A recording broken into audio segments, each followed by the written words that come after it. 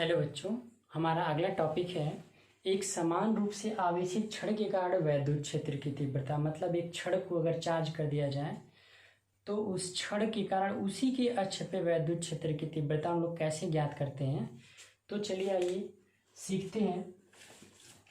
मान लेते हैं कि यहाँ पे एक छड़ है जो कि प्लस क्यू आवेश से एक समान रूप से आवेशित है। इस छड़ को प्लस क्यू आवेश दिया गया है, एक समान रूप से बटा हुआ है। करना क्या है, इस छड़ के अक्ष पे हमें किसी बिंदु P पे वैद्युत क्षेत्र की तीव्रता का फार्मूला बताना है। क्या फार्मूला होगा, कैसे हम लोग यहाँ पे वैद्युत क्षेत्र की तीव्रता ज्ञात करेंगे, उद्देश्य हमारा यही है। इसके लिए हम लोग करते क्या है, देखिए जब भी आवेशों का सतत वितरण होता है, कंटिन्यूअस डिस्ट्रीब्यूशन होता है, तो उस केस में हम लोग समाकलन की मदद से परिणामी वैद्युत क्षेत्र की तीव्रता का फार्मूला ज्ञात करते हैं। यहाँ पे भी हम वही करेंगे। तो यह मान लेते हैं कि ये छोटे छोटे खंडों से मिल करके बना होगा, और इसी तरीके का एक छोटा सा खंड ले लेते हैं, एक छोटा सा पार्ट ले लेते हैं। यहाँ पे मान लेते हैं इस पर भी कुछ ना कुछ चार्ज होगा। यह मान लेते हैं इसकी जो दूरी है वह कितनी है, dx है, और इस पर जो आवेश है वो हमारा आवेश कितना है, dq है। इससे x दूरी पर वह बिंदु P है जहाँ पे हमें वैद्युत क्षेत्र की तीव्रता ज्ञात करनी है। अब यह मान लेते हैं कि छड़ के दोनों किनारों से, या कह सकते हैं छड़ के दोनों कोरों से, एक ये हो गया, इससे बिंदु P तक की जो दूरी है वह a है, और जो दूसरा वाला एंड है इससे जो दूरी है वह क्या है, L+A, चाहे A+L कह सकते हैं आप। इसका मतलब यहाँ से कंफर्म हो गया कि जो छड़ की लंबाई है वह कितनी है, L है। एक बार फिर समझ लीजिए। मान लेते हैं कि जो एक समान रूप से आवेशित छड़ है उसकी कुल लंबाई कितनी है, L है। इस आवेशित छड़ के कारण इसके अक्ष पर एक बिंदु P है जिस पर वैद्युत क्षेत्र की तीव्रता ज्ञात करनी है।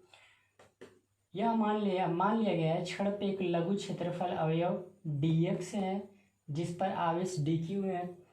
इस अवयव से बिंदु P तक की जो दूरी है वो क्या है, x है, और बिंदु P से छड़ के दोनों किनारों तक की दूरी क्रमशः a व L+A है। ये हमारे फिगर के बारे में है।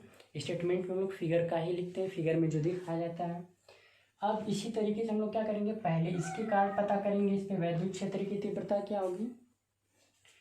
इसके बाद अब हम लोग क्या करेंगे, यह पता करेंगे कि इस लघु क्षेत्रफल के कारण बिंदु P पर वैद्युत क्षेत्र कितना है। क्या मिलेगा आपको, मान लेते हैं वैद्युत क्षेत्र की तीव्रता जो है वो आपका dE है, छोटा सा।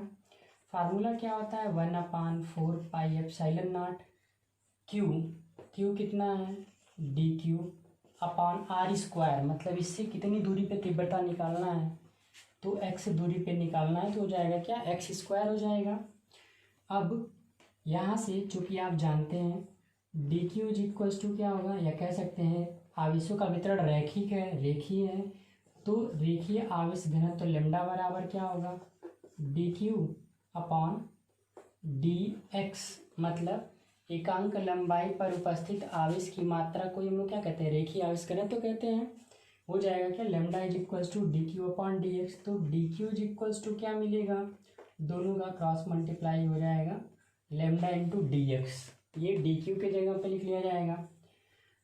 तो अब यहाँ पे बाकी को देखते हैं क्या बनेगा आपका। यहाँ से dE = 1/4πε0, dQ को हटा दीजिए, क्या लिखा जाएगा, लैम्डा × dx/x²। अब यह जो है पूरा परिणामी वैद्युत क्षेत्र की तीव्रता है, लेकिन किसके कारण, यह जो छोटा सा अवयव दिया गया है, इस छोटे से अवयव के कारण बिंदु P पर वैद्युत क्षेत्र की तीव्रता का ये फार्मूला है। तो इसी प्रकार से पूरे छड़ के कारण बिंदु P पर वैद्युत क्षेत्र की तीव्रता निकालेंगे। तो पूरे छड़ के कारण वैद्युत क्षेत्र की तीव्रता निकालने के लिए आप क्या करेंगे, समाकलन कर लीजिए dE, और इसी के डायरेक्शन में है तो कोई एंगल बनना है नहीं, एंगल की हम बात ही नहीं करेंगे। dE डी ई के जगह पे पूरा पूरा मान रख लीजिए। डी ई का जब आप मान रखेंगे तो 1/4 pi epsilon not lambda T x upon x square. यहाँ से जो जो कांस्टेंट है उसको बाहर कर लेते हैं। कांस्टेंट ऊपर से लेमडा है और नीचे से क्या 4 पाई एप्सिलॉन नॉट कांस्टेंट बाहर आ गया। यहाँ से ध्यान दीजिए एक्स स्क्वायर को ऊपर ले चलेंगे तो क्या आ जाएगा x⁻² इंटू डी एक्स। बात करें रेंज की, रेंज क्या होगा तो x = a, यहाँ पे क्या है x बराबर a से लेकर के x बराबर l+a तक, यह हमारा लोअर लिमिट है। यहाँ से यहीं से स्टार्ट करेंगे, यहीं से आगे से हमारा शुरू हुआ है तो ये होगा हमारा लोअर लिमिट और ये होगा हमारा अपर लिमिट होगा। यानी रेंज जो होगा वो हमारा a से लेकर के l+a तक, a से लेकर के l+a तक। अब यहाँ पे घात का नियम लागू होगा। घात के नियम लागू करेंगे तो इसमें एक घात और जुड़ जाता है, यानी फार्मूला जो होता है वो आपका, चूँकि फार्मूला होता है x⁻n का जब आप समाकलन करते हैं तो x⁻n+1/n+1, ये फार्मूला होता है। इस फार्मूले के जब इसको आप सॉल्व करेंगे तो क्या मिलेगा E = λ/4 पाई एप्सिलॉन नॉट, यहाँ से 1/x मिलेगा।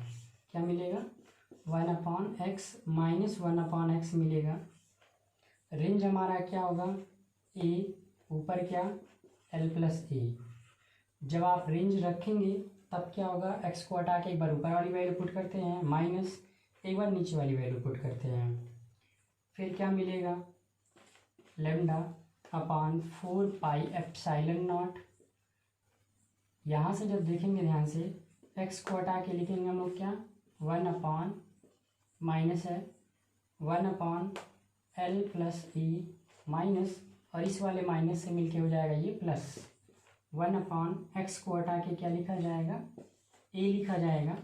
फाइनली इसको जब आप लिखेंगे तो मिलेगा formula E = 1/4 pi epsilon not. यहाँ से प्लस वाले को पहले लिख लीजिए 1/e minus l+e into lambda. ये पूरा जो है फार्मूला होता है किसी छड़ के कारण उसकी अच्छी स्थिति में वैद्युत क्षेत्र की तीव्रता निकालने का।